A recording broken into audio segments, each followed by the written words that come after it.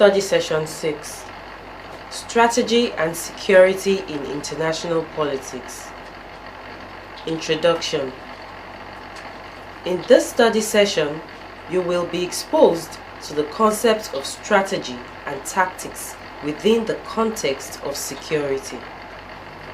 This study session will also capture the role of great powers in contemporary security and strategy. Learning outcomes.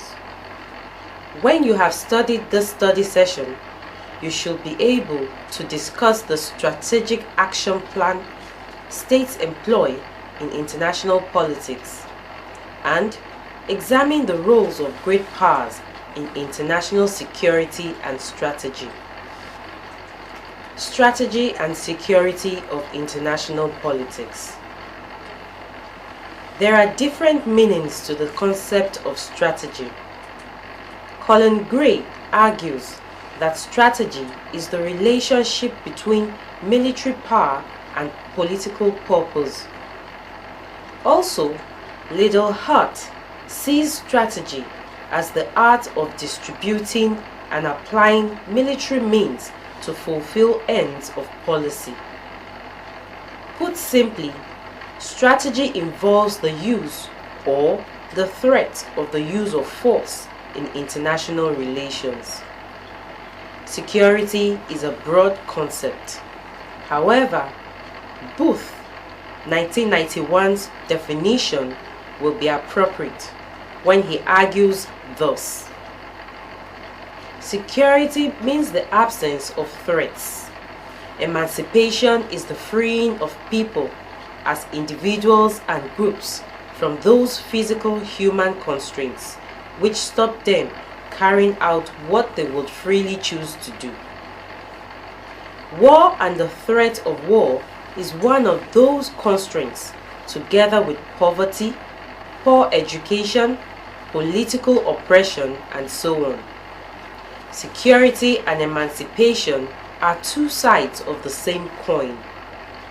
Emancipation, not power or order, produces true security.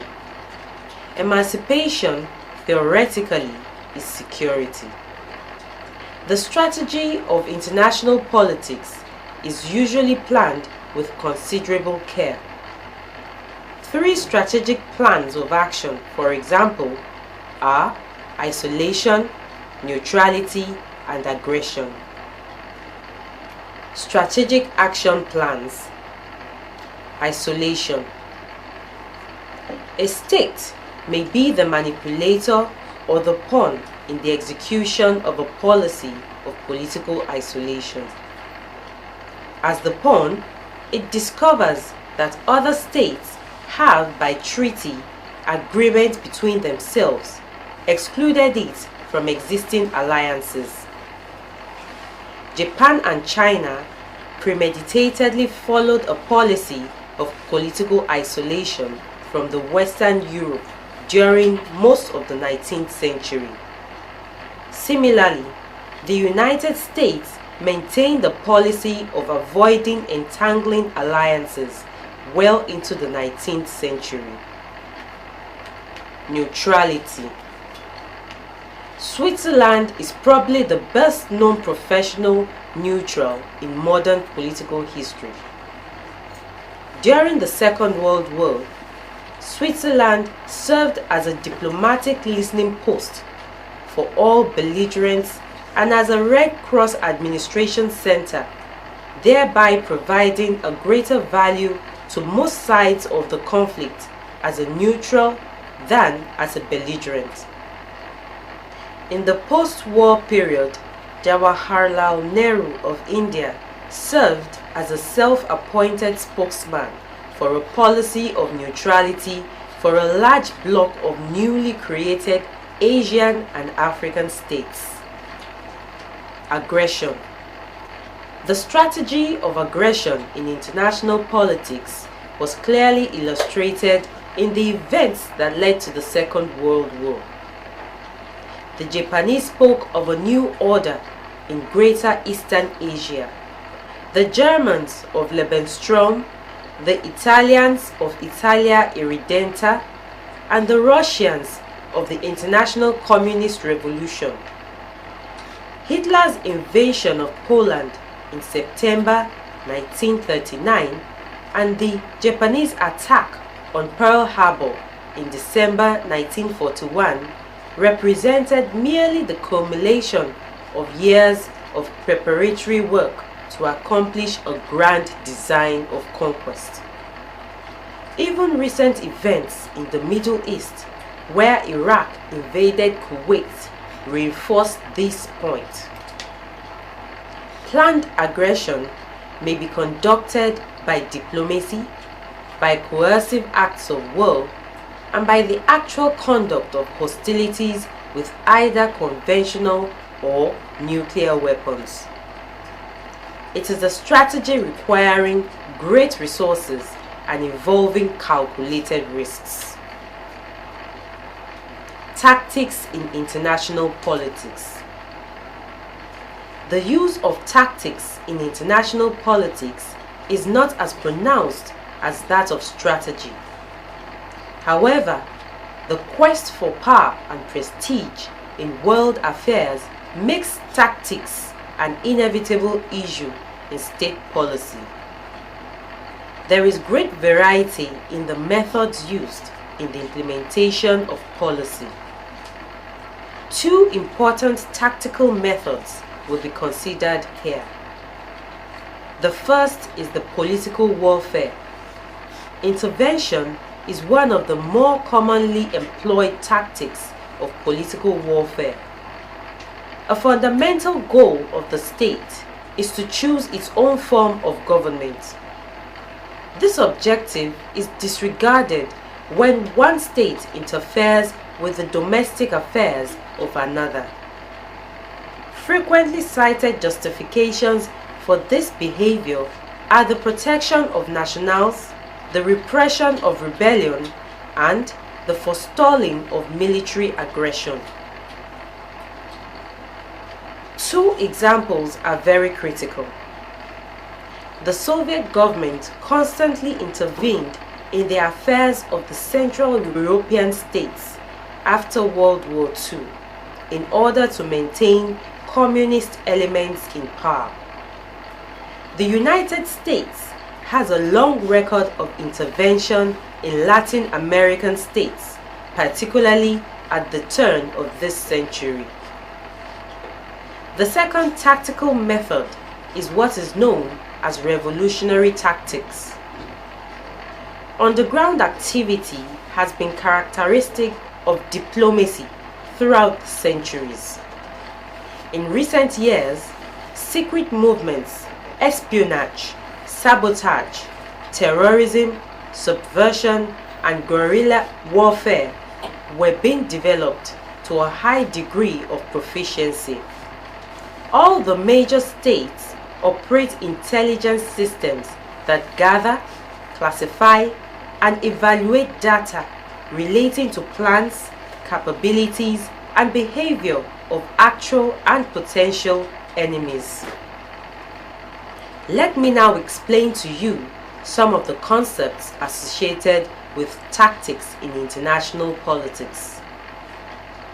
Espionage is the activity of secretly getting important political or military information about another country, or of finding out another country's secrets by using spies.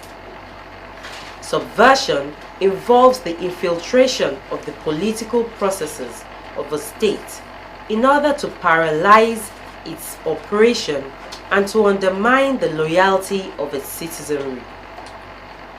Guerrilla warfare involves small-scale military operations within enemy territory. Guerrilla activity employs terrorism and sabotage to support revolutionary activity against an established government. Great powers and contemporary security and strategy. The most powerful states in the world exert most of the influence on international events and therefore gets the most attention from international relations scholars. The great powers generally have the world's strongest military forces and the strongest economies to pay for them, and the other power capabilities. These large economies, in turn, rest on some combination of large populations, plentiful natural resources, advanced technology, and educated labor forces. Because power is based on these underlying resources, membership in the great power system changes slowly. Tip: the great powers generally have the world's strongest military forces and the strongest economies to pay for them, and other power capabilities. These large economies, in turn, rest on some combination of large populations, plentiful natural resources, advanced technology, and educated labor forces. Only rarely does a great power, even one defeated in a massive war, lose its status as a great power, because its size and long-term economic potential change slowly. Thus, Germany and Japan, severely damaged in the Second World War, are powerful today. Even Russia, after gaining and then losing the rest of the Soviet Union, is still considered a great power. The question that we ought to seek answer to at this juncture is, what states are great powers today? Although definitions vary, 7 states appear to meet the criteria: the United States, China, Russia, Japan, Germany, France, and Britain. Together, they account for more than half of the world's total GDP and 2/3 of the military spending. This is according to Goldstein and Peavehouse, 2011. They include the 5 permanent members of the United Nations Security Council, which are also members of the club openly possessing large nuclear weapons arsenals. In this lecture, however, we are interested in the way in which great powers advance their security interests, given the breakdown of the managerial role that has traditionally been associated with their status. In the same vein, we are more interested in the United States for 2 main reasons. First, space constraints mean that we cannot consider the behavior of other great powers such as Russia or China, who matter at the global level but who still lack the decisive position of the United States. Second, only the United States acts in a way that resembles a great power, in the sense that it understands its interests in the widest terms and acts to advance them in the broadest way. Beginning with the adoption of the Bush Doctrine, most clearly articulated in the 2002 National Security Strategy, the defining feature of the US approach to security is the perpetuation of its present position of primacy and the willingness to use its advantage to protect itself from threats. This is done through traditional deterrence and through novel means such as preemptive war. From this flows a number of essential aims and approaches which have driven US security and strategy in recent years. The first is the ambition, however unrealizable, of total security. The predominance of the United States in the technological sophistication of its power, along with the growing vulnerabilities of a globalized world, have driven key decision makers in Washington to embrace the totalizing approach to security. This is according to Beasley, 2008. The aim to use all available means to ensure that the United States is entirely secure. This is understood to mean efforts to ensure that no power, great or small, state or non-state, is in a position to provide an essential threat to the US political community. At base, this means ensuring a military preponderance such that no power will consider trying to compete with the US and then using its power to remove threats that do exist. Thus, security policy is not about alleviating threats, but about removing them, and doing so on a global stage. In this sense, commitments to allies are not understood as a function of geopolitical calculus, but as a means to protect the US political community. Hint: the predominance of the United States in the technological sophistication of its power, along with the growing vulnerabilities of a globalized world, have driven key decision makers in Washington to embrace the totalizing approach to security. A second area of US security strategy is the unilateralist tendency in power projection. Unilateralism is driven both by prerogatives of primacy and by the sense that the complexities of the world require action in which the trouble of building consensus on appropriate actions among members of international society is thought to undermine effective policy. Unilateralism does not mean strictly doing things on one's own. The Iraq intervention is an example of unilateralism, not because the US was the sole power by definition.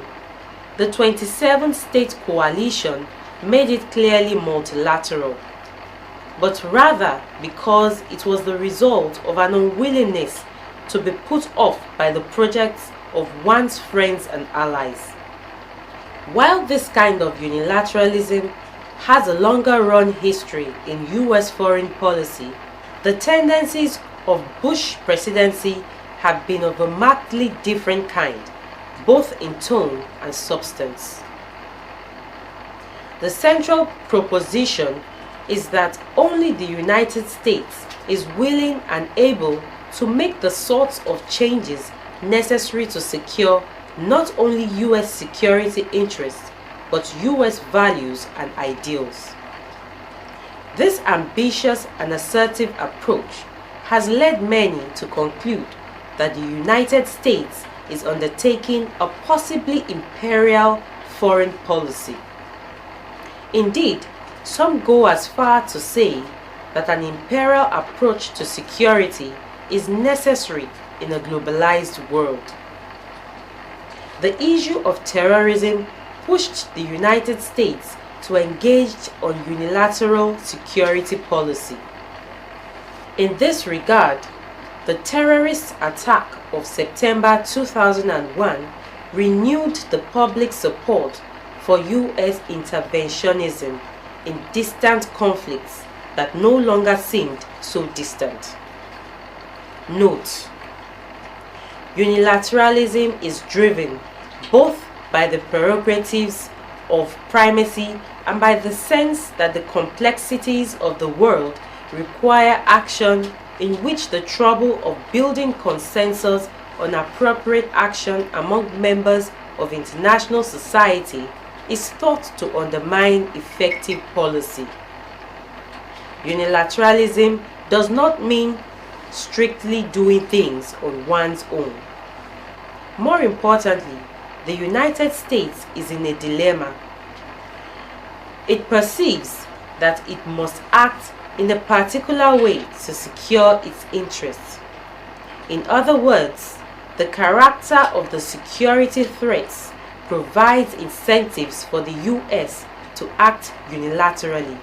and the structure of the international systems allow it, as a great power, to act in this sphere with a certain degree of freedom. As a student of international politics, you must take note that in US approaches to security, one sees the dominant power trying, however vainly, to make the world more secure by trying to make it more like itself. Study session summary. In this study session, you learnt the concept of strategy, which can be seen as the art of distributing and applying military means to fulfill ends of policy. While security involves the use or the threat of the use of force in international relations, on the other hand, tactics is used to secure power and prestige in international politics. The great powers generally have the world's military forces and the strongest economies to pay for them. With their status in world affairs, great powers advance their security interests. However, only the United States acts in a way that resembles a great power in the sense that it understands its interests in the widest terms and acts to advance them in the broadest sense. Thus, the US used unilateralism and multilateralism to advance her security strategy in global affairs. Basically, unilateralism has allowed the US to be a hegemonic power in the international system. End of study session 6. Thanks for listening.